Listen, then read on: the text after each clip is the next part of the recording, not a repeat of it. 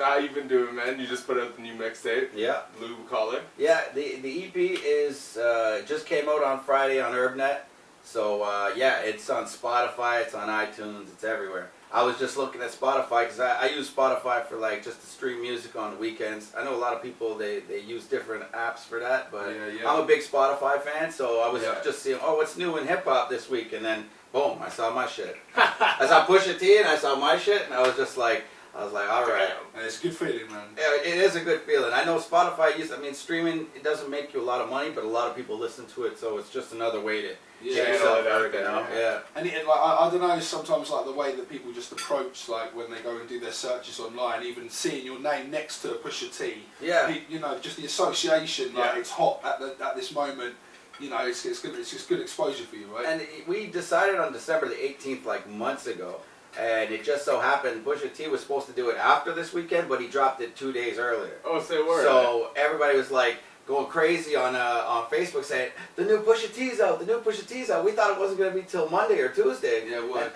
And it was out early. He dropped it 2 days early, and I just happened to be on the same day, so I was like, whenever I saw people checking out Pusha T, I'd be like, yo, as soon as you're done listening, go check the one right under it. That's awesome. That's awesome, man. Oh, yeah, that's really good. That worked out, man. Yeah, man. And so you got some dope, notable features on the project. Yeah, like, I mean... We talked about Sean Price, last time. Right. You guys got the Don't Drink The Kool-Aid. You know what, I don't know what it was, you know, rest in peace Sean Price. Rest in peace, but I felt like that's why that single dropped almost a year before the album. Because I felt like some kind of a necessity, like I felt like an urgency when it came to getting that track done. Yeah. So I, like, to the video, going down to New York and shooting that, and then recording with it, getting that done with him, it was like, it was way in advance of the project. But I don't know why we did it when we did it, but I'm glad we did because, you know, shortly afterwards he passed on. Like it's sad, but you know, we keep. I dedicated the whole album to him. It says right on the back, dedicated to Sean Price. You know, so trying to pay tribute. You kind of got your own piece in history there, man. Like, you know, maybe one of the last collabs or something, like to work with that artist, like. Yeah, I feel like we just got in before, you know, like everything went bad, and I'm like I'm just happy that we were able to complete it, and I know that it in history, the way it looks like it, it's one of the last collabs, and I hope people realize, like, I hope they look at it and they see that it's one of the better collabs. Yeah, definitely. For Canadian, you know, like I'm not saying everybody he's ever worked with in the States, but I'm saying as far as Canadians working with Sean Price, it's I a really feel like good look. Big look for Canada, man. Yeah. Big look for Canada. Try to represent Fortunato over here, man. Yeah, man. Pulling in, like, you know, legends. Like, so yeah, you need to go check that out, really, if you haven't already. Like, I was watching that today, and like, the video's amazing and it's very well shot. And the production's dope too. The whole EP is handled by one producer, you said? Yeah, Sean One out of Fredericton, New Brunswick. He used to be in a group called First Words with Joe Run Bombay. Oh, say word. Yeah, he's been rapping longer than I have. He's actually a better rapper than me too. But he chooses not to rap for whatever reason. I don't know. Sean Wen. He came through the Extremities show in Moncton, and he dropped like 90 bars, and I was like, man, why don't you rap? But he's a teacher, and you know he's kind of feels like he's getting past that point, but he still does the production, and he did all the beats for the Blue Collar EP. And I say one of the most slept on producers. If you listen to every beat on there, I mean, it's all got this really particular vibe to it. He knows his identity, and it just happens that it coincides with the way I rap. Yeah. So we were able, I was like, I want to do the whole, I heard his few beats from him, and I'm like, dude, I want to do a whole album with you. I don't want to just buy a beat off you. You genuinely like linked with the guy, like, and thought like we could do a project with that. Definitely. That's really good. I want to talk a little bit more about the Sean P. just while we're on the topic. So yeah, I just wanted to know, like, what was it like working with him, and on that track, you know, like you kind of like rhyming with the sample and stuff, like going in and out. So like, did you have like time like writing process with him or anything like that? And like, I know you're kind of like ad-libbing some of his bars and stuff that looks really good in the video. So like, what was the kind of process that you went through behind the track? Like, yeah, unfortunately we had to do it remotely, but first I let him hear the beat. see if he was liking the beat, because I feel like, you know, that's the first thing. You don't even have to get into the content of what I'm saying yet. Yeah. If you don't like the beat, then we got to start from scratch. Yeah, and that's a proper jewel, you know, for all any artist trying to do big collabs. That's the jewel. Yeah, it's the beat. So that's really good advice, man. As soon as I heard that beat, I thought of him. So before anything happened, I was like, "Yo, you feel this beat?" And he's like, "Yeah," and I'm like, "All right, cool."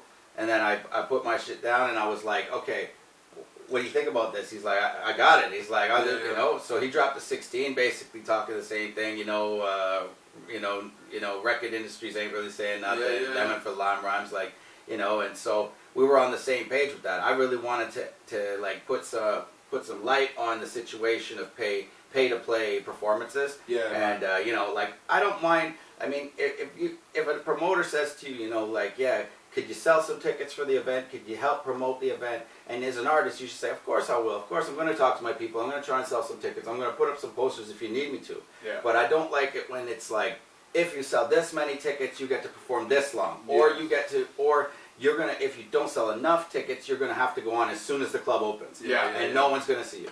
Because there's nobody that, it's literally 8:30 and they got people performing. And it's like, so what am I even selling for?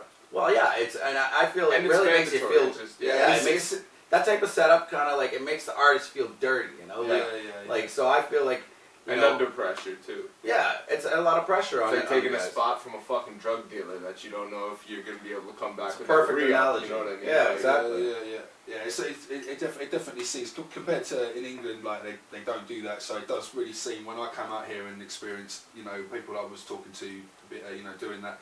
It is exploiting the artist, I think. Yeah. And the promoters are just getting to use these artists just well, because at the end of the day, get the most money possible, and artist, just kind of, you know, neglect, like, there's no show without the artist, right? Yeah. And so yeah, I feel like that was basically what our message was when we brought it all together. Yeah. And then and I said, you know, like, yeah, it was kind of, I would have rather had done it in the studio with him, but because he lives in New York and I was living in New Brunswick. Yeah. You know, I was like, it's a little unrealistic. Right, but I said, but at least we can shoot a video for this. Yeah, you know, I had my buddy K Boogie, who originally is from Vancouver, originally from Chile, but then moved to Vancouver, then lived in Toronto, and now lives in New York. Oh shit! And I met him when I was touring with Smith and Wesson at, I don't know if it was CMW or North by Northeast, something like that. But you know, he's like, yeah, I shoot videos. I got a studio in New York. Hit me up. Shit, and I said, like, well, you know, this is perfect because the guy shooting the video, I know him, I trust him. He already lives in New York. I toured with Sean Price, I know him, I trust him. So I'm like, yo, let's all just meet at this spot in New York. I'll jump on a plane, we'll get together, we'll shoot the video. And that's why I felt like at least we could do that instead of, because I know we can't realistically work together because I don't live in New York, but I felt like it was good that we got a video for it. And that's what I've been trying to do with all the features, like the one with Steel. It was the same thing. I had to go down there, you know. I was actually going to just ask about that as well too. But yeah, you got Steel on the project as well. So, and what kind of established the Duck Down and Fortunato connection? Well, it was basically... And you were touring with them. Right. I was a tour manager for Duck Down, you know, and that's how I got... Okay. That's how I basically got in with Noha and Drew and everybody else there. And, you know, there's serious things going on, like, okay, how much money did they give you? You know, they're supposed to give you this much American money as well. And so I'm the go-between, and I'm going to these clubs and, you know, collecting money and making sure that, you know, Sean makes his way from the hotel to the venue and everything, like all the logistical issues that come up with touring, I was taking care of that. Yeah. And so by doing that, I kind of gained their trust, and I toured with Sean Price, and I toured with Smith and Wesson twice. And you know, first track I ever did was with Tech.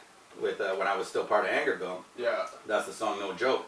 So it's always been like a Duck Down thing, and I felt like because I had that dialogue with them and they trusted me, I felt like, you know what, I can approach the artist here, and it's not going to be, I'm not going to get treated like just some random dude, hitting them up with an email. We've had that in person. And he trusts you. Like, if you're in charge of their tours and stuff like that, and then you know you're credible as well. Yeah.